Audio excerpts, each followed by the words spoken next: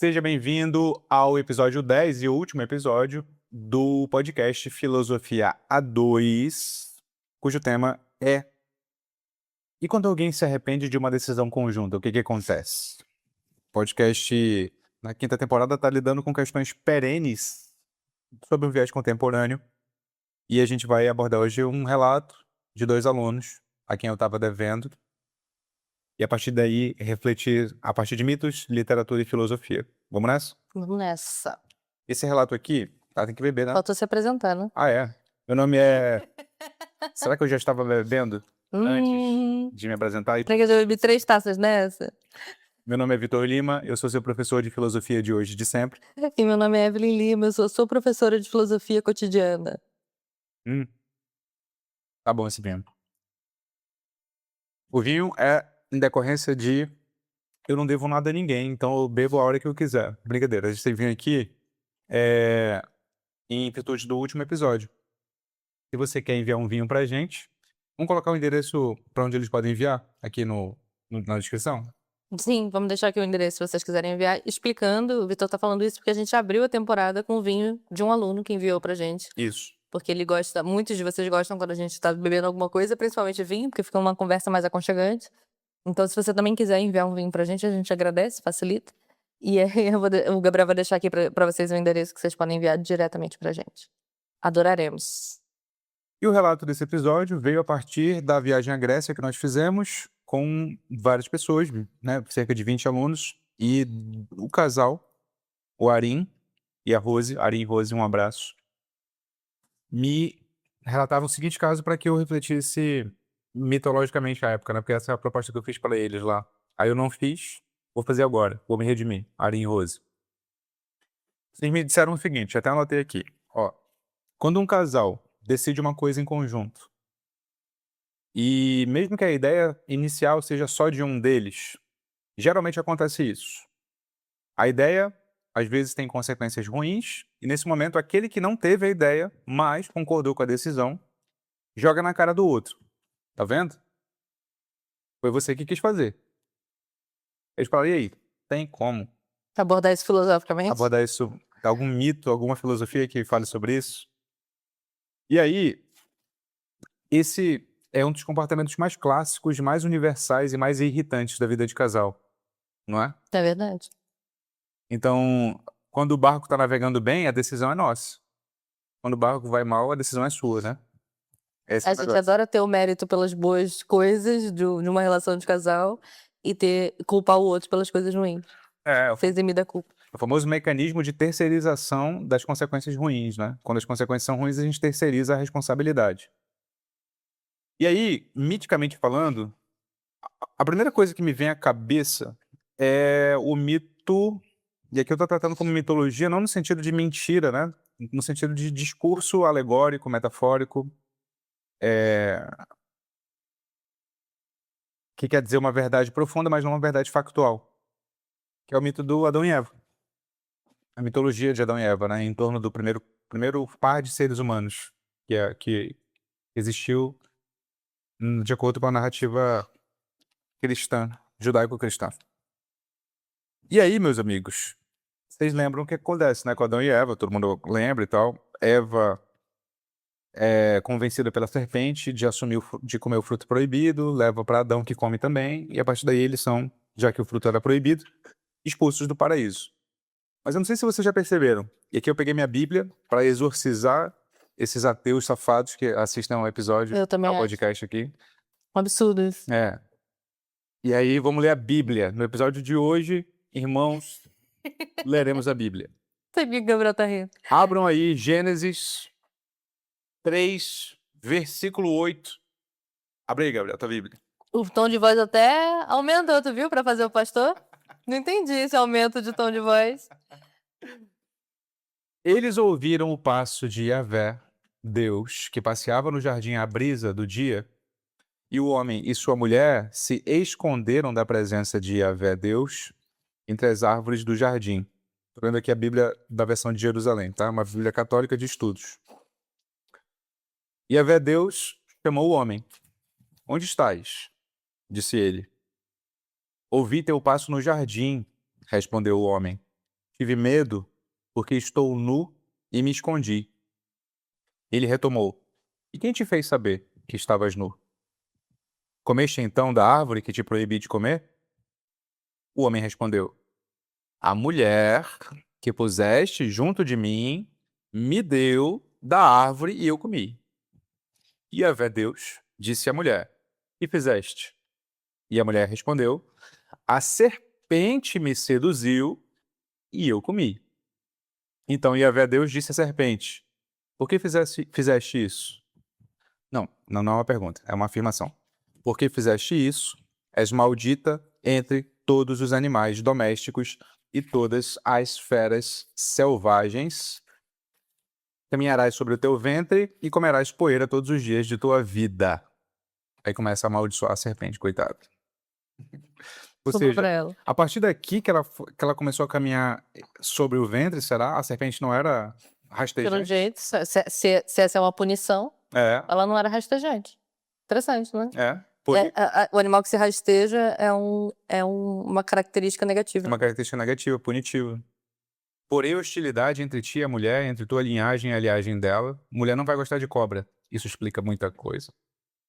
Ela te esmagará a cabeça e tu lhe ferirás o O Gabriel começou. Controle-se, Gabriel, controle-se. Já tinha feito hermenêutica bíblica assim na igreja, Gabriel? Não, isso aqui só aprende no podcast Filosofia 2. Sim. Ela te esmagará a cabeça e tu lhe ferirás o calcanhar. Tá. Aí começa a amaldiçoar todo mundo. Achei que a gente ia continuar, né? Não, isso aqui é Bíblia. Vamos. Bom, foi o primeiro mito que me veio à cabeça, porque a princípio, o que estava na minha memória, eu falei isso para vocês nos bastidores, era só que o Adão tinha terceirizado a culpa para Eva. Mas aí eu fui ler aqui e vi que, como vocês viram aí também, ouviram, que a Eva também terceiriza a culpa.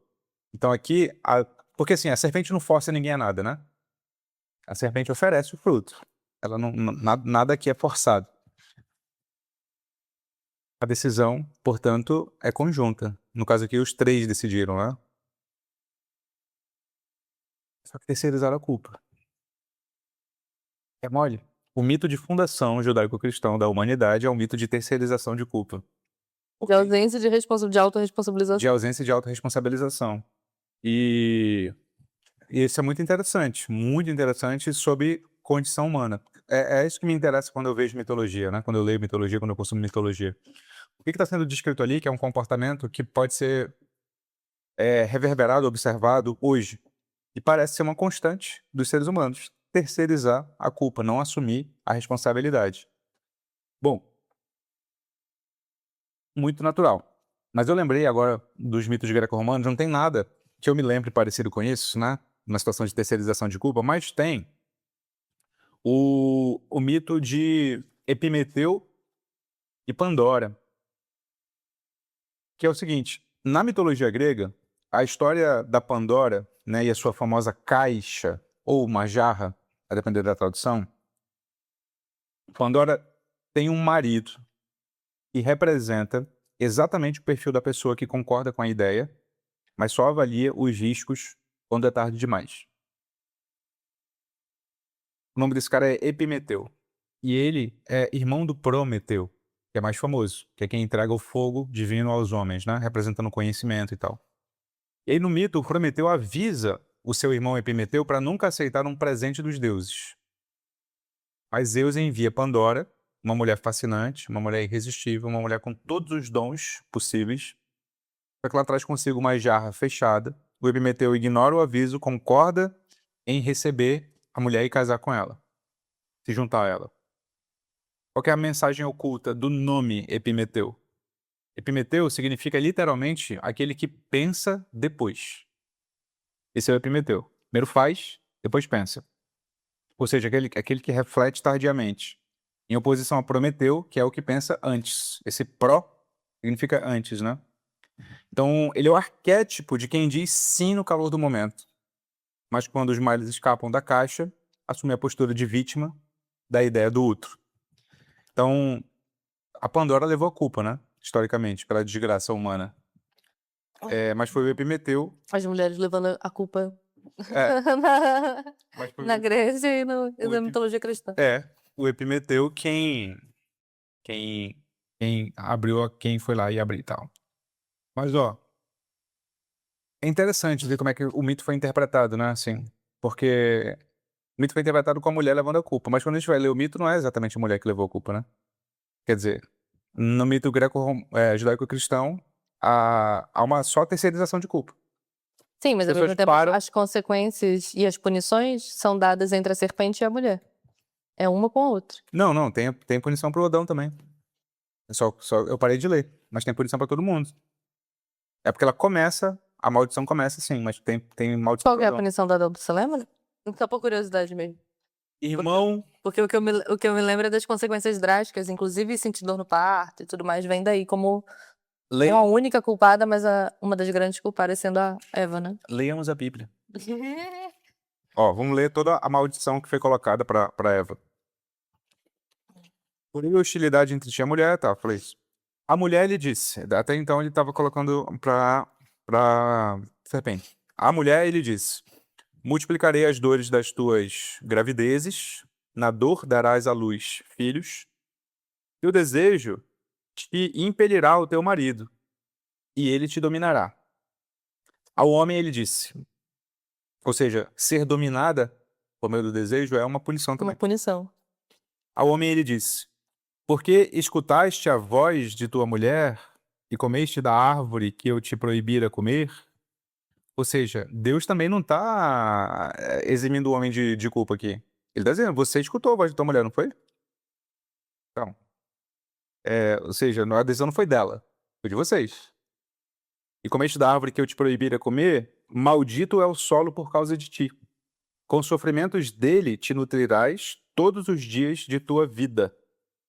Ele produzirá para ti espinhos e cardos, e comerás a erva dos campos. Com o suor do teu rosto comerás teu pão, até que retornes ao solo, pois dele foste tirado. Pois tu és pó, e ao pó tornarás. Ou seja, ele condenou o homem a, a trabalhar pelo seu sustento e sofrer nesse processo, né? Jogado que no paraíso tudo era Tudo era fornecido, abundante, tudo né? era abundante, tudo era fornecido. O homem passa a ser responsável pelo próprio sustento Isso. via esforço, né? Ou seja, ele precisa sofrer para conseguir o seu próprio sustento. E a mulher vai ter dor na gravidez e o desejo que vai impelir ela ao marido, mas ele a dominará. Essa é a punição. É isso. É interessante que viram os dois grandes arquétipos da posição da mulher na sociedade do homem, nos dois grandes arquétipos, enquanto No homem e trabalho. mulher enquanto arquétipo. Trabalho, responsabilidade do homem, trabalho e sustento, e o sofrimento advindo disso. E a mulher, o lar, que inclui a gravidez, e o sofrimento que isso causa. Desde o parto em si, né, até o que vem posteriormente. Ou seja, os dois papéis que a gente tanto fala, sociais, do homem e da mulher, porque a gente fala muito da dominação do homem sobre a mulher, mas tem o papel social do homem também é um sofrimento, no sentido de que ele é responsável pelo sustento de uma família, Sim. e sem ele ninguém come, portanto todo mundo morre. E esse é o papel dele, o papel da mulher é dar à luz, principalmente, né? Fazer frutos e cuidar disso e as consequências que isso tem, né? Cuidar desses frutos que são os filhos. Esses dois papéis são punições. E ser dominada pelo marido através do desejo dela, que vai impedir ela ao marido. E essas duas coisas, que são hoje os grandes exemplos do papel social de cada um, são punições bíblicas. São punições. Exatamente. Interessante isso. Bastante interessante. Bom, e aí, a ideia é: terceirização de culpa faz parte da natureza humana, ao que tudo indica, pelo menos desse lado de cá do mundo, né? O nosso mito fundador é esse. E sempre tem o Epimeteu, né, na história. E só vai dizendo sim antes de refletir. Daqui a pouco lá vê as consequências e quando vai lidar com as consequências, já viu que a coisa aconteceu de um modo como ele não previra. Tá bom. Isso é um mito. Como lidar com isso? Ó, em termos de filosofia, eu lembrei de novo, dos existencialistas, né? Porque tudo que envolve escolha, decisão, me lembra existencialismo. Eles já refletiram a rodo sobre isso. E uma das dos termos-chave desse movimento é o termo má-fé, cunhado pelo Sartre, Jean-Paul Sartre. E o termo má-fé tenta caracterizar o ato de se eximir da própria liberdade. Quando você transfere a liberdade que é sua para outro lugar, o sistema, o contexto, o outro, a esposa, seu marido, né, seu amigo, quando você transfere a liberdade que no fundo é intransferível, você está de má fé. O exemplo que o Sartre coloca, dentre vários, lá no Ser e no Nada, o livro, não, O Ser e o Nada, é uma mulher que está diante de alguém, num café, num homem, esse homem tá afim dela, ela sabe que ele tá afim dela, ela não quer dar bola para ele, mas ela deixa a mão solta assim na mesa e começa a conversar com ele normalmente, deixa a mão solta assim. E o Sartre fala, olha, se ele colocar a mão sobre a mão dela e ela achar ruim, isso é má fé. Porque ela sabe que ele tá afim dela, ela sabe que ele tá ali pra conquistar ela, e se ela dá a oportunidade dele colocar a mão sobre a mão dela, é muito provável que ele coloque, ela sabe disso. Se ela não gosta, é má fé. Ela assumiu o risco, é o que a gente chamaria em direito penal de dolo eventual. Que é quando você não teve uma intenção premeditada de fazer o crime, né? Ou seja, você não falou assim, agora eu vou fazer o crime, mas você assumiu o risco do crime acontecer, agindo como você agia. Você assumiu o risco e sabe desse risco, ou pelo menos presumivelmente você deveria saber, é a mesma coisa como se você tivesse planejado. A intenção tá clara. Um grande exemplo é dirigir bêbado, né? Só pra clarificar pro pessoal. É. Você bebe e dirige, você não diz assim, hoje estou a fim de matar alguém e vou beber para dirigir para fazer isso. Mas você sabe que uma das grandes consequências previstas, que tem muita chance de acontecer caso você dirija bêbado, é você causar um acidente que pode, inclusive, acontecer morte, ou se não morte, coisas graves, né? Então, quando você dirige bêbado, você está assumindo essa culpa eventual. Sim. Por exemplo, fumar cigarro e contrair câncer de pulmão e dizer assim, poxa, mas eu não queria contrair câncer de pulmão. Então, esse é dolo eventual. Você sabia que é do risco alto, não sabia? Sabia. Então você queria sim. Presumivelmente você queria. Portanto, você é responsabilizável, Exato. ainda que você não tenha fumado para adquirir um câncer, Exato. ou dirigido bêbado para matar alguém, ou Exatamente. para causar um acidente. Você não fez essa ação para essa outra consequência, mas você sabe que ela é uma consequência improvável, inclusive. E, portanto, você tem culpa, sim. Não existe, eu não sabia, eu não fiz porque eu não queria isso. Uma vez que você fez, você queria. Você é responsável de certo modo. É. Aí alguém poderia falar assim, mas isso é culpar a vítima. Não, não, não. Calma, você tá avaliando moralmente. A gente tá avaliando da perspectiva da constituição humana, né? Do que significa decidir ou não decidir. Porque alguém poderia falar assim, pô, se você anda no Rio de Janeiro, na praia, na Zona Sul, à noite, com o celular à mão, sem olhar para os lados, e alguém vai lá e furta o seu celular. É responsabilidade sua? Aí a Também? gente foi para outra. Tem mais elementos envolvidos do que dirigir bêbado ou fumar. Porque assim, se você sabe que aquele um contexto perigoso, sim, você teve responsabilidade. Você sabia que podia acontecer aquilo. Não sabia? Sabia. Você deu mole, o famoso deu mole. Então você tem certa responsabilidade pelo que aconteceu, porque você assumiu o risco de acontecer. Juridicamente falando, você foi furtado. Obviamente, né? Eu não tô culpando moralmente você por isso. Porque a palavra culpa e a palavra responsabilidade é que importam, né? Você é responsável, de certo modo, pelo que aconteceu, porque você assumiu o risco. Entende? Agora, claro que a culpa moral não é sua, a responsabilidade jurídica não é sua. Mas esse é o lance, assim. Refletir sobre uma fé é refletir sobre aqueles contextos em que eu exerço claramente a minha liberdade, seja porque eu planejei, seja porque eu assumi o risco das consequências, mas eu me eximo. Então, quando Adão fala, a mulher me ofereceu, e quando a mulher fala, a serpente me ofereceu, isso é uma fé. Obviamente uma fé, assim. Que a serpente ofereceu é um fato. Que Eva ofereceu para Adão é um fato. Agora, isso não caracteriza não esgota o poder de liberdade que Adão teve ao aceitar e o poder de liberdade que Eva teve ao aceitar. Essa é a questão, né? E o que é interessante no mito judaico-cristão é que, desde o início, na criação, Deus concede liberdade para as pessoas, né? Porque ele coloca a árvore lá dentro do jardim, né? Ele poderia não ter colocado. A árvore do conhecimento tá lá. Ele fala, o fruto dela é proibido. A escolha é de vocês. Ou seja, faz parte da constituição do mito greco-romano que o homem seja livre. Tanto que livre-arbítrio é um conceito central. grande conceito central para conceito o central. cristianismo. Né? Ou E seja, polêmico, inclusive, porque a muito forma polêmico. como ele se constrói não é tão obviamente aceito como liberdade assim. Mas que ele existe, ele é fundante para o cristianismo, Mas é um fato. tem implicações filosóficas interessantes essa constituição do homem ser livre. Porque, parando para analisar o que constitui a bondade e a maldade, não há ato bom nem ato mal se não houver liberdade.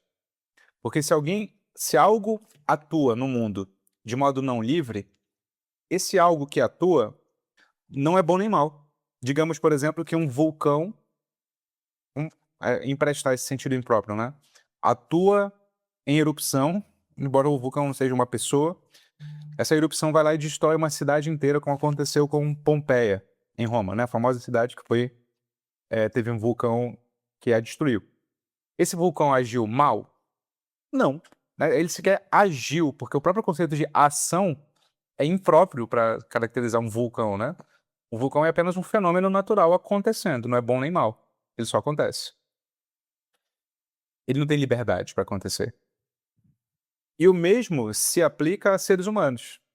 Um bebê não age a rigor, né? Do ponto de vista moral, do ponto de vista ético, ele não age.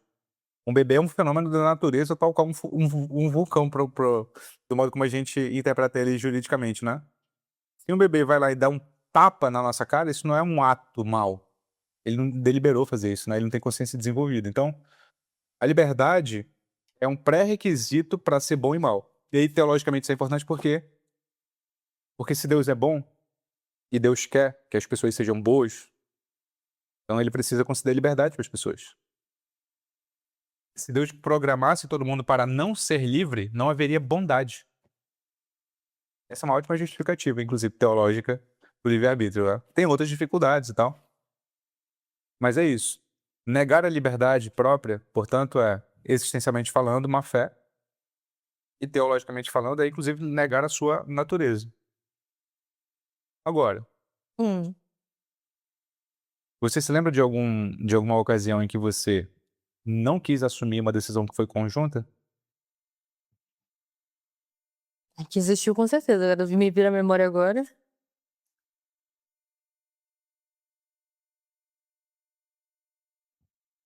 Não me lembro. Me lembra aí, você com certeza vai lembrar. Porque eu lembro suas. Não, fala minhas, que eu não me lembro não. Fala minhas. Pode falar? Pode? Mesmo? Só- Acho que a mais recente foi a troca do carro. Que a gente trocou o carro que Verdade. eu puxei, Verdade. mas a gente conversou e a gente usou uma reserva nossa pra trocar o carro, que a gente tinha um Golzinho em 2008 há bastante tempo. E eu tava querendo um carro mais novo, né? E a gente pegou quando tava grávida, foi tipo um carro lá quando a gente morava na cidadezinha, assim, tipo, o carro que apareceu a gente pegou, a gente não tinha carro antes. E eu já tava querendo, as coisas já tinham melhorado há um tempinho, eu já tava querendo comprar um carro. E você era contra trocar o carro, lembra? E aí, mas a gente conversou, o dinheiro é conjunto, e a gente decidiu trocar o carro. Só que esse carro deu muito problema. A gente devolveu recentemente, agora que a gente resolveu e pegou outro. A gente passou 6 meses com um carro que a gente basicamente não usou, dando problema. Até Gabriel e Gabi acompanharam essa saga. O carro era muito problemático, ele veio com problemas sérios de motor, de tudo que a gente não viu lá na época. E aí, no auge desse estresse, em alguns momentos, acho que você nunca falou diretamente, assim, mas quando a gente conversou, em alguns momentos, teve um assim, mas eu nunca quis trocar o carro. Ou alguma coisa assim, eu tava de boa com o Gol. Ou assim, porque com essa decisão eu só falei sim, mas eu nunca concordei. Então, assim, mas só que na verdade a gente conversou, a gente comprou junto, a gente foi até a loja, a gente resolveu tudo junto, a gente definiu o valor que a gente poderia gastar com esse carro, juntos. Mas quando a M subiu, em alguns momentos você trouxe isso como responsabilidade minha, porque fui eu que puxei o assunto trocar carro e eu que fazia questão de trocar o carro. Realmente fui eu que fiz questão de trocar o carro, mas a decisão de vamos mesmo trocar ou não foi nossa. Mas quem puxou o bonde da troca de carro, quem queria isso era eu. E aí você usou isso em alguns momentos. Mas com certeza eu já fiz isso também, é porque normalmente fica na nossa cabeça quando o outro culpou a gente, né? É mais fácil você lembrar uma situação que eu concordei e depois te culpei do que eu lembrar disso, entendeu? Eu não me lembro, não vem nada à mente Porque eu aqui sou agora. perfeita, tá vendo? É culpa do... Até parece. Cara, não me lembro, de verdade, não me lembro. É... Esquisito, né? Eu tô pensando aqui o que tava passando na minha cabeça quando eu pensei isso, né? Pô, mas só foi por causa dela, né? Só foi por causa dela. É muito difícil você assumir como decisão sua algo que não se originou em você. Eu acho que isso é uma das maiores dificuldades de constituir sociedade, inclusive. Não só uma sociedade de duas pessoas, porque isso também pode ser considerado uma sociedade, né? Ou seja, sociedade é todo agrupamento humano em virtude de uma finalidade comum. Isso é uma sociedade. Pode ser sociedade para negócios, tal, mas pode ser uma sociedade familiar, como é a nossa, né? Embora nem tudo que explica a gente seja um elemento societário, mas é muito difícil você ter a maturidade, e eu acho que é uma questão de maturidade mesmo, né? Porque eu tô pensando em mim, não tô pensando no Arin, na Rose, de dizer assim, não, a partir de agora, tudo que vier também é meu. Pensa na crise política que a gente está vivendo hoje. Vamos parar de pensar em termos de casal, vamos pensar em termos de sociedade, pra gente clarificar melhor a situação. Quando a gente vai votar para presidente e a gente não tem consenso sobre o que está acontecendo, né? Sobre o presidente que vai ser eleito, a gente está em ano de eleição, né? No momento em que a gente grava esse podcast, é março de 2026. Isso. Não aconteceram ainda as eleições presidenciais que ocorrerão este ano. Mas tudo indica que ela será tão polarizada quanto foram as duas últimas, de 2018 e de 2022. 2022 talvez tenha sido, talvez não. Certamente foi a eleição mais polarizada da história do nosso país. Foi por uma diferença mínima, né, que o atual presidente ganhou. Essa tudo indica que vai ser também. E aí, enquanto sociedade, a gente decide um presidente, não dois. Um presidente. Só que quando esse presidente ganha, ainda mais num contexto em que, porra, foi muito apertada a decisão, a outra metade que perdeu, ela não, ela se exime de responsabilidade. Tanto é que a chacota, a piadinha que mais acontece depois da eleição, quando acontece alguma merda, né? Sei lá, a taxa Selic tá muito alta, como tá hoje, isso desincentiva investimento e, portanto, favorece a desindustrialização e essa porrada de consequências que tem da taxa Selic alta. Você fala, você tá vendo? Votou no Lula. Eu lembro. Inclusive, eu lembro nessas eleições polarizadas, tanto quando o Bolsonaro ganhou, quanto agora quando o Lula ganhou de novo, né? Ganhou de novo do terceiro mandato. Teve um movimento do lado oposto, de quem discorda, específico, pelo menos nas redes sociais, que era essa culpa eu não carrego. Essa culpa eu não carrego. Isso foi dito tanto quando o Bolsonaro ganhou por toda a esquerda que não votou no Bolsonaro, né? Como um movimento de rede social, né? Quanto nessa última eleição, quando o Lula ganhou, teve todo o movimento da direita inteira, todo o espectro da direita falando, essa culpa eu não carrego. Aí toda vez que... Ou então o famoso faz o L, né? Que aconteceu agora nessa eleição. Sim. A notícia, taxa Selic tá lá no lado, faz o L. Ou então fulano fez o L. Então, assim, é uma forma de dizer assim, eu não decidi por isso. Exato. Mas a questão, quando, na verdade, enquanto sociedade, você decidiu sim. Porque esse é o sistema político que impera na nossa sociedade. E a gente decide a cada momento, na medida em que pertence a essa sociedade, concordar com as regras. Se algum candidato ganha, por mínimo que seja, ele é de todo mundo. Não é só das pessoas que votaram nele. É assim que uma democracia funciona, né? Mas o senso de responsabilidade não é automático, né? As Mas pessoas aí não assumem. me veio um ponto à cabeça aqui agora, ver o que você acha, que é... Você trouxe esse exemplo da política, e aí ele é mais claro nesse tipo de situação. Tem democracia, da democracia da maioria, né? Quando a gente faz o sistema democrático, enquanto a maioria vota uma determinada coisa. Sim. E ainda que tenha uma minoria, às vezes, inclusive significativa, porque a maioria basta 50 mais 1, né? Então a maioria não é nem necessariamente majoritária no sentido amplo, 90%, muitas vezes, né? E tem aquela porcentagem, que pode ser de 5, de 10 ou de 49%, que discorda daquela decisão, ainda que viva sob aquele regime, portanto, sob aquelas regras. Mas existe um senso de injustiça e, portanto, de não responsabilização, de autorresponsabilização, que acontece especificamente nesse tipo de sistema. Que é assim, eu entendo que as regras são essas, mas eu não tenho como discordar delas, porque as regras são essas e eu não tenho nem como sair delas. Mas eu sou 49% em alguns casos. Às vezes 5%, às vezes 49%. Que eu nunca estive de acordo, eu só sou obrigado a aceitar as consequências, né? Esse cenário, ele causa um desconforto legítimo até, inclusive. Porque é isso, você vive nessas regras, tá, mas eu aceitei como? Eu não tenho condições de sair do país, para um país não democrático. Então, assim, é uma escolha mais ou menos, porque eu não tenho como sair daqui, vou me matar porque o regime é democrático e eu não tô dentro dos 51%.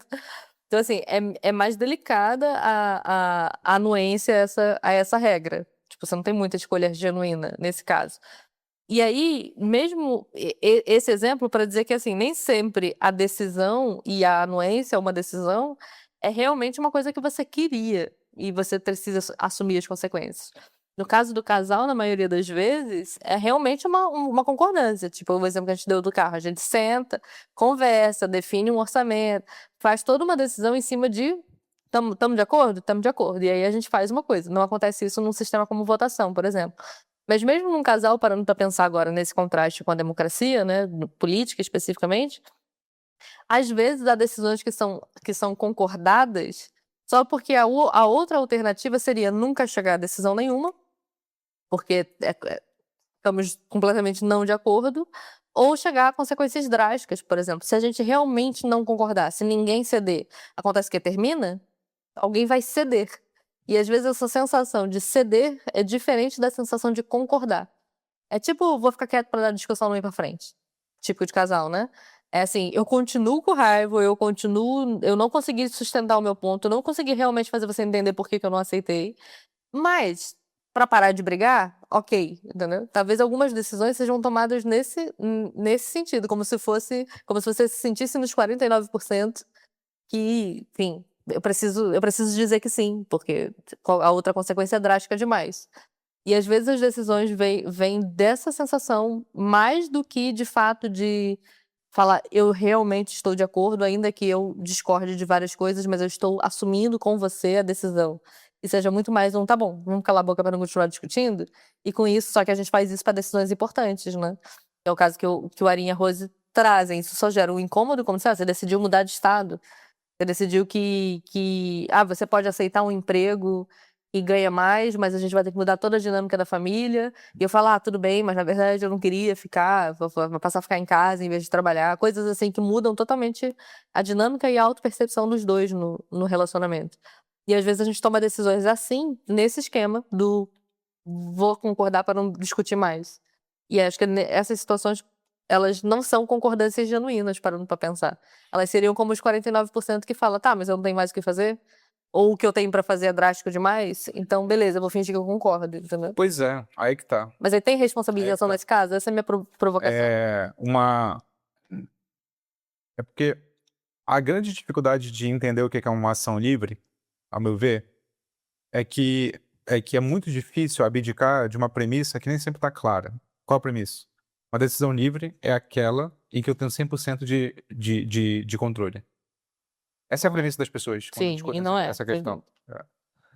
Só é livre se tá totalmente no meu controle e eu tenho 100% de certeza. Aí é livre. Não, cara, por um motivo muito simples. Não existe essa Não liberdade. existe essa liberdade. Ó. Ninguém age nessas condições. Se essas forem as condições para a liberdade, ninguém nunca foi livre. Exatamente. Tem discussões teológicas, já aproveitar que a gente está com a Bíblia aqui, irmãos, que inclusive tentam refletir sobre se Deus é onipotente no sentido de ele pode fazer qualquer coisa, ou se ele pode fazer coisas que são, pelo menos, metafisicamente possíveis. Do tipo, Deus pode levantar um peso impossível de ser levantado? Bom, se por definição esse peso é impossível de ser levantado, Deus pode levantar esse peso? Seria onipotente? Ele poderia. Mas a definição do peso é que ele é impossível de ser levantado. Ele pode levantar o peso que é impossível de ser levantado? Então, quando alguma coisa é metafisicamente inviável, nem Deus poderia fazer. Porque essas são as regras da realidade. Então, veja, em algumas discussões metafísicas, filosóficas, Nem Deus pode fazer tudo em qualquer circunstância, entende? Ele está dentro dos limites da realidade, da própria realidade. E pode ser constituído por ele, né? Ele pode ser o fundamento da realidade. Mas, enfim, essa realidade não é aleatória. Ela tem regras. E a escolha, a liberdade, a decisão é sempre condicionada. Portanto, ela nunca é 100%. Assim, mas a outra via é muito drástica. Então, mas tem outra via, porra. Sempre tem outra via. Mas a outra via seria eu virar mendigo. Então, você só não tá disposto a virar mendigo, porra. Mas você poderia. A outra via era só eu me separar. É. Você poderia se Se separar, isso não te fere a poderia? ponto de você culpar o outro o resto da vida, Exato. separar é uma opção. Você poderia se separar, você só não tá disposto a assumir a consequência de se separar. Sempre tem outra via. O Sartre dá o exemplo assim, liberdade, não, de tanto que ela é sempre situada, liberdade não é liberdade de desejar alguma coisa. O desejo é um aspecto da liberdade, mas a liberdade só se realiza na capacidade de ação. Ele dá o exemplo do prisioneiro. Eu não estou dizendo que, quando eu digo que o ser humano é livre, né, em qualquer circunstância, eu não estou dizendo que um prisioneiro que está preso é livre para sair da prisão. Porque a capacidade de ação dele, claramente, não é sair da prisão. Liberdade é sempre capacidade de ação. Ele é livre para tentar sair da prisão. Isso é livre. Porque não tem como pensar liberdade em abstrato. Liberdade é sempre situada. Então, ainda que alguém faça essa provocação de dizer assim, pô, mas eu não concordei realmente. E o que é concordar realmente, porra? O que é concordar? Me diz uma situação em que você concordou na sua concepção realmente.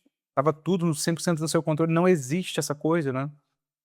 Então, de novo, parece voltar para uma fé. Mas eu concordo, foi uma provocação, mas uma provocação pra gente trazer um ponto diferente, mas no fim das contas eu concordo com você. Inclusive, eu acho que nesse tipo de situação, principalmente quando se envolve casal, amigos, decisões assim, mais limitadas, a 2, a 3, poucas pessoas decidindo um rumo que implica aquelas poucas pessoas. A maioria das vezes a gente recai em má fé. A maioria das vezes, assim, porque é isso, não existe. Ah, mas é porque se eu tivesse falado que não, você teria terminado comigo, ou a gente teria que terminar. Sim, isso é possível. É diferente do contexto macro, porque quando a gente fala esse tipo de coisa, por exemplo, a outra opção seria virar mendigo, e você poderia ter virado mendigo, aí é uma discussão mais ampla, porque entra, por exemplo, quando a gente levanta questionamentos como pessoas que vivem em comunidades que têm uma história X, que os pais viveram uma história Y, que os pais dos pais viveram uma história W, tudo isso, essa pessoa ela é realmente livre para todas as decisões que a gente diz que são livres, para ela agir assim ou ela agir assado, para ela escolher esse trabalho ou aquele outro trabalho, etc.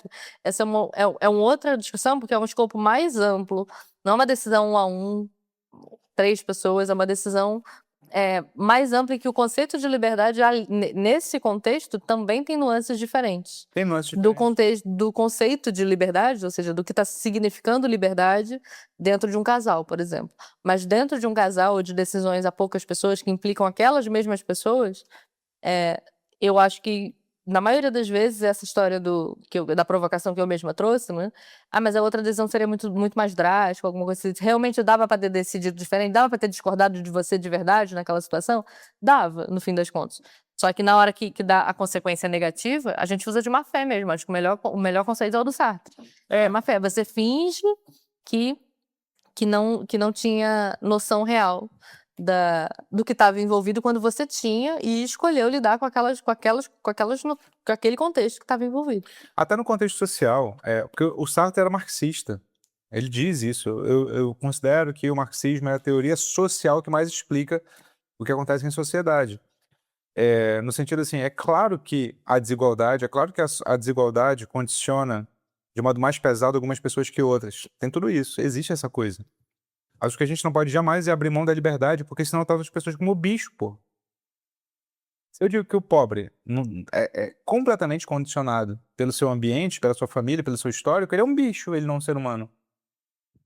Essa é a consequência. Talvez as escolhas dele são mais limitadas do que São outras, muito mas mais limitadas que as nossas. existe algum nível de escolha Exato. dentro daquelas limitações. Muito mais limitadas que as nossas, muito mais, assim, infinitamente maiores que as nossas. Tem uma frase absorvida de Sartre que virou motivo de autoajuda, inclusive, que as pessoas não vão ler o Sartre, elas vão pegar só a frase, né? Que é Qual que é o trechinho que eles pegam? Mas assim, o problema não é o que a realidade fez com você, Mas o que você... mas o que você faz com as condições dessa realidade que você está inserido. De algum modo é isso. Não lembro qual que é a frase exata, né? Mas o contexto seria isso. Assim, a sua realidade pode ser já cheia de limitações, cheia de problemas e cheia de restrições de liberdade. Dentro dessas restrições existe algum escopo de escolha, não é o mesmo de quem não tem aquelas restrições, mas existe escolha naquele escopo. E aí as pessoas estendem isso para achar que aquele escopo é igual ao escopo de outra pessoa, e não é. É pensar no caso do prisioneiro.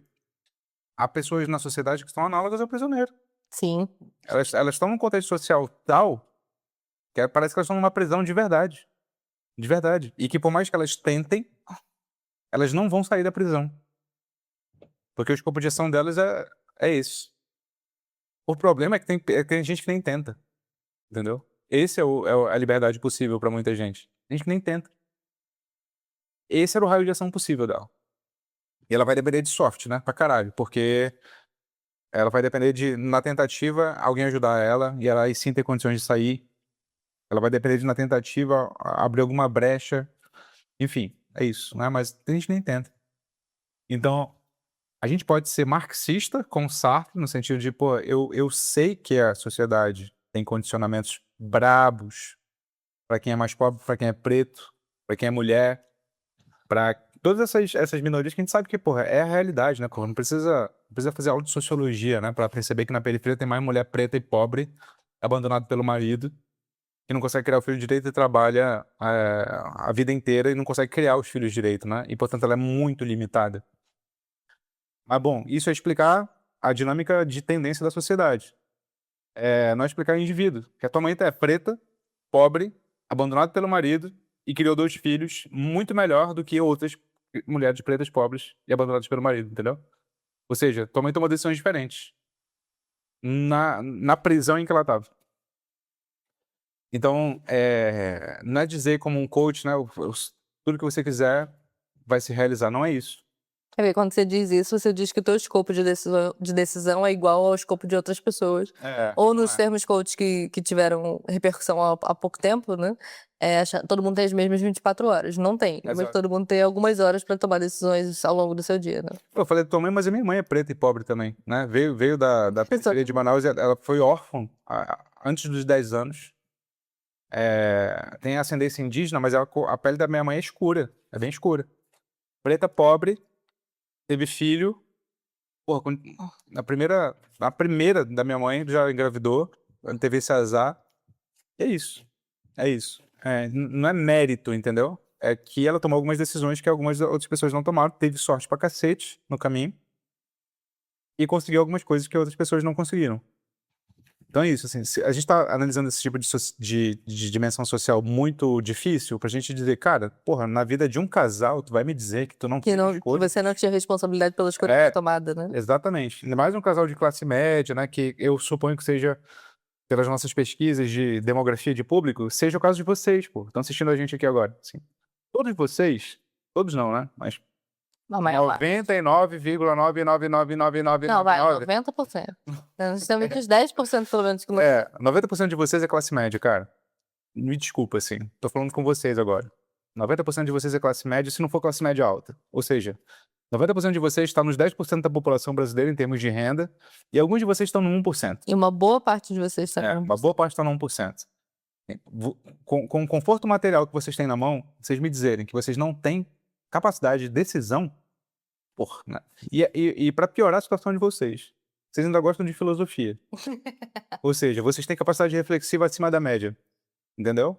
Então, tendo capacidade reflexiva acima da média, tendo condições materiais adequadas, você me dizer que na decisão de casal você não é responsável mesmo quando a sua opção era, enfim, me parece muito, muito, muito traço de má fé mesmo, né? É um caso clássico de má fé. Eu acho que o caminho aí é isso, entender o conceito de má fé, acho que é uma filosofia que ajuda de fato para assumir um pouco mais de responsabilidade para si nas decisões, porque é muito fácil pular do barco de qualquer decisão quando ela dá errado e tirar o seu da reta, como a gente diz popularmente, né?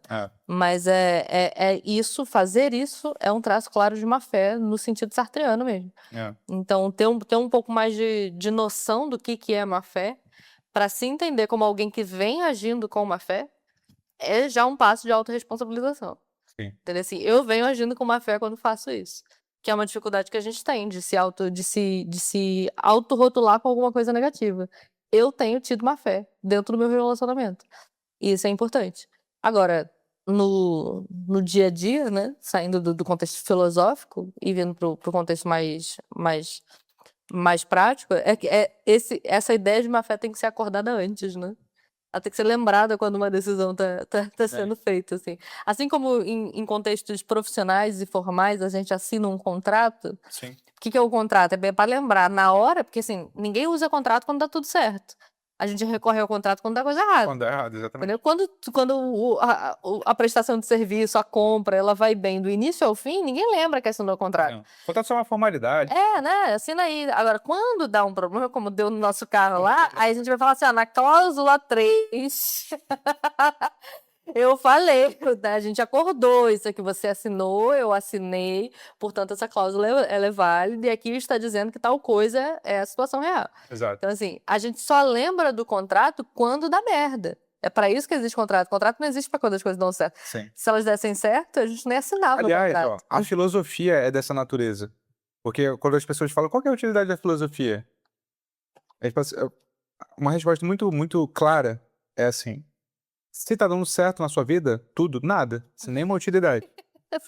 Ou seja, se as suas amizades estão indo bem, se os seus relacionamentos amorosos estão indo bem, se a sua relação com o seu trabalho está indo bem, se a sua vida está Você não caminhando passa nenhum conforme... conflito moral você tem um conflito relevante. moral, existencial e tal.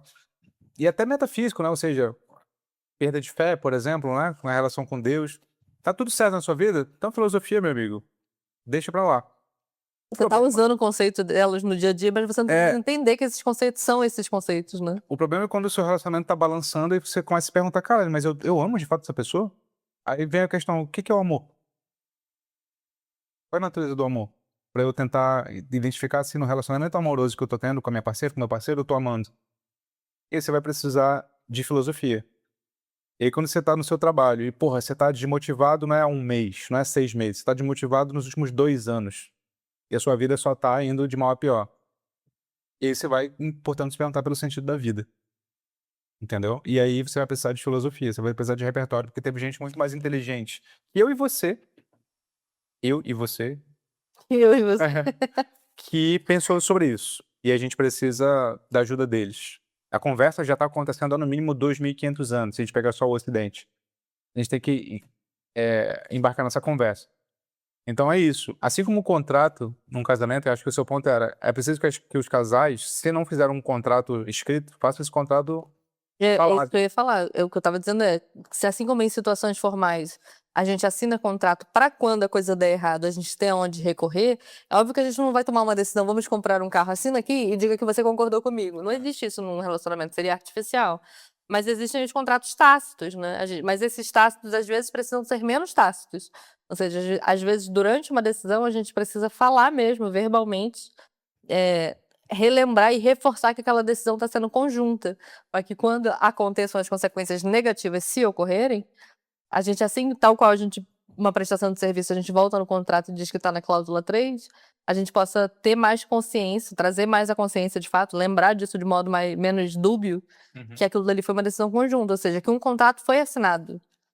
É um tipo de contrato assinar quando os dois dizem vamos fazer tal coisa, vamos, e aquela é uma decisão. Não deixa de ser um contrato.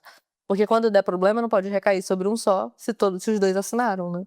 Vocês sabem o que significa contrato na etimologia? É interessante. Eu não sei. Eu só aprendi Etimologicamente. quando eu fiz direito. Tá? A gente estuda contrato, no direito é basicamente isso. Contrato, o com, assim como está na palavra conjunto, significa relação, né? De dois, no mínimo dois, não só de dois.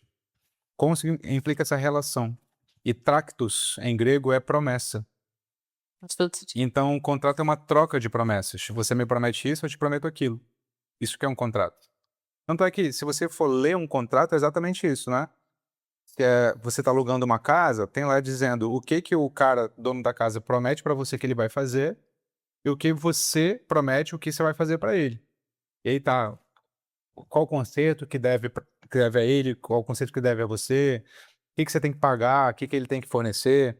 É isso. Se é um contrato de casamento, é isso, né? Eu prometo fazer algumas coisas pra você, você promete fazer algumas coisas pra mim. E um contrato tácito, tácito significa mudo, silencioso. Mas ele também pode ser entendido como contrato subentendido, ou seja, quando a Sim. gente não para assinar nada, mas pela natureza da nossa relação, tá subentendido que a sua promessa pra mim é essa e a minha promessa pra você é essa. Num relacionamento de casal, né, como é o caso do Arin e da Rose, eles não estavam pedindo necessariamente pra eles, tá? Agora que eu me lembrei. Eles estavam pedindo Eles são porque conselheiros, né, de eles são casais. líderes da igreja deles, né? O Arin e a Rose. Eles são líderes e eles aconselham muita gente. Portanto, eles lidam com Eles conflitos lidam com reais esse que eles tipo. precisam Puta, explicar para os sabe o outros. que eu lembrei, Arin e Rose? Aliás, eles são um casal exemplar, inclusive. Exatamente, né? A história de Aquele vida, casal que você olha e fala assim, cara, quando eu crescer, eu quero ser que nem vocês, a história de como vida do casal. Arin e da Rose, puta merda, cara. A relação Que deles é muito casal, cara. linda. Que casal. Eu me esqueci o nome da igreja deles. Qual que é o nome da igreja deles? Eu não sei. Esqueci. Eu sei que é Não, evangélico. mas sabe o que eu me lembrei? Eu lembrei que tem que pedir deles as histórias. Eles vão ter muitas, com Pois certeza. é. Pois é. Vou pedir deles as histórias. Mas Tá. a gente está falando do contrato tácito, né? Da importância. Você estava explicando a etimologia do contrato, que é a promessa conjunta, no fim das contas, né? Promessa conjunta. E o tácito é o subentendido. Mas o subentendido, como a gente bem sabe, porque a gente, né, lida com isso, esse é o nosso métier, quando a gente fala de o que é subentendido, a gente está falando daquilo que deveria ser óbvio. Só que o óbvio nada mais é do que um padrão reconhecido. O óbvio é um padrão reconhecido que a gente reconhece sem perceber. O óbvio. Sem perceber, não. Sem ter dele consciência, né? O óbvio é, cara, não preciso refletir, tá na minha cara, né? Só que a gente sabe também que a mente funciona reconhecendo padrões, e os padrões que ela ainda não reconheceu só passam batidos. Só passam batidos. Ou seja, o óbvio só é óbvio para quem já reconheceu previamente o padrão, não para quem ainda não viu. Daí a importância, conectar com a filosofia, das pessoas refletirem antes sobre o que fazem. Porque o natural da vida, o cotidiano, é a gente passar pela experiência, quebrar a cara e falar, caralho, devia ter prestado atenção nisso antes. E ninguém ensina a gente a ser casal, né? Deveria. Espero que a gente faça um pouco isso com o Ulisses, né? Assim, quando ele comece a se relacionar, a gente tem algumas conversas aí pra tentar adiantar algumas coisas, né? Mas, porra, as pessoas não têm essa coisa, né? E um pouco do nosso propósito aqui no podcast, quando a gente traz casos reais, é fazer vocês adiantarem problemas que podem vir a acontecer não só com vocês, mas com pessoas ao redor. Exatamente. E no fim das contas, até essa situação de agir com má fé, ela é uma ausência de alguém ter te ensinado isso antes, né? Porque me vem logo à cabeça famílias muito, muito rígidas com honestidade, coisas assim. Esses são valores centrais. Todo mundo conhece alguém assim, se não viveu isso com os próprios pais, por exemplo. De pessoas que são de palavra, assim que a gente fala popularmente. Fulano é de palavra. É. Uma pessoa de palavra é basicamente uma pessoa que assina contratos tácitos sem dificuldade alguma e sem má fé nenhuma. É uma pessoa que, se ela diz farei, ela vai fazer. Se ela diz ok, ela anuiu. E assim vai. Então, às vezes, essa ação da má fé, de trazer para o outro uma responsabilização que você devia ter assumido, ou que você assumiu lá, mas quando deu problema você desassumiu, é uma ausência de palavra, no fim das contas. Pensando que contratos hoje são assinados, mas nem todo contrato é para ser assinado. Tem contratos que são ditos, né? E sempre existiram esses contratos. A pessoa de palavra nada mais é do que a pessoa que assina o contrato e assume as consequências dele, tacitamente, né? E isso são coisas que às vezes a gente só não aprendeu, né? Só ninguém passou pra gente. É por isso que é possível ensinar coisas assim, ensinar relacionamento para outras pessoas, para filhos, por exemplo. Então, ensinar esses pequenos comportamentos morais, inclusive, que devem nortear as suas decisões e as suas escolhas, para que você assuma as consequências dela. E talvez a pessoa da má fé seja uma pessoa que falte um pouco de palavra, né? Falta um pouco de palavra. Sejamos mais Prometeu e menos Epimeteu, né? Ou seja, reflitamos um pouco antes de passar pelos problemas e não só depois de passar pelos problemas também. Meu pai sempre falava e a expressão, pô, tô correndo atrás, tô correndo atrás. Tá fazendo o quê? Pô, tô correndo atrás, tô correndo atrás. Correr atrás é a coisa mais, se você faz deliberadamente, é a coisa mais idiota que tem, né? Porque, porra, correr atrás você já tá atrasado, né? Já tá atrasado. Você não tem que correr atrás das coisas, você tem que correr na frente das coisas, na medida do possível. É um pouco esse papel da filosofia, né? O filósofo gosta de inventar problema, quando a filosofia é feita de modo genuíno, não porque há um prazer masturbatório de pensar em coisas difíceis, mas porque isso vai proporcionar tomada melhor de decisão, né? É isso. Ajudamos você? Não faço a menor ideia, mas... Arim e Rose, e aí? Deu mais mecanismo de aconselhamento? Não, caso. Aliás, Aline e Rose estarão com a gente na Itália também, se eu não me Eles vão engano. pra Itália com a gente, já Estarão na abriu Itália. agora. Estiveram na Grécia quando trouxeram essa questão. É. Estarão na Itália com a gente agora. Temos um episódio? Temos um episódio. Então- Dentro do tempo, ó. Dentro do tempo. A gente vai pedir que vocês comentem aqui para provar que vocês são pessoas inteligentes e eruditas e que pensam antes de fazer as coisas. Epimeteu. Epimeteu não, tem que ser prometeu, né? Prometeu, é verdade. Tem que ser Prometeu. a situação ideal, não é que a gente falou, né? Exatamente. Vocês têm que comentar aqui embaixo prometeu para atestar o que vocês já são na realidade, mas aqui vai ter o certificado público de que vocês são diferenciados, chegaram até... Afinal de contas, é isso que importa pra dizer que vocês são inteligentes. Comentar aqui, prometeu. Exatamente. Quem não comentar não é inteligente. Quem não comentar aqui é epimeteu. Bateu na trave. Conhece essa? Entrou no teu. Uma ótima forma de encerrar esse episódio, meus amigos. Bom, se você tiver um caso pra contar, pra gente comentar aqui, como a gente fez nos últimos 3 episódios, foram sobre isso. Esse é o último episódio. Esse é o último. Mande pro e-mail podcast A2, podcast Tá2, Podcast A2, A2, arroba. isto não é filosofia.com.br. Não aparecendo esqueçam aqui. o BR. Essa temporada tá encerrando.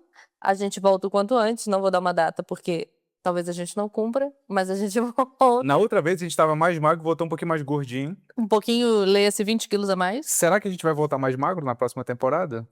Depende se a gente conseguir. Da última temporada pra cá, engordamos 20 Engordamos. quilos. Ou a gente vai voltar maior.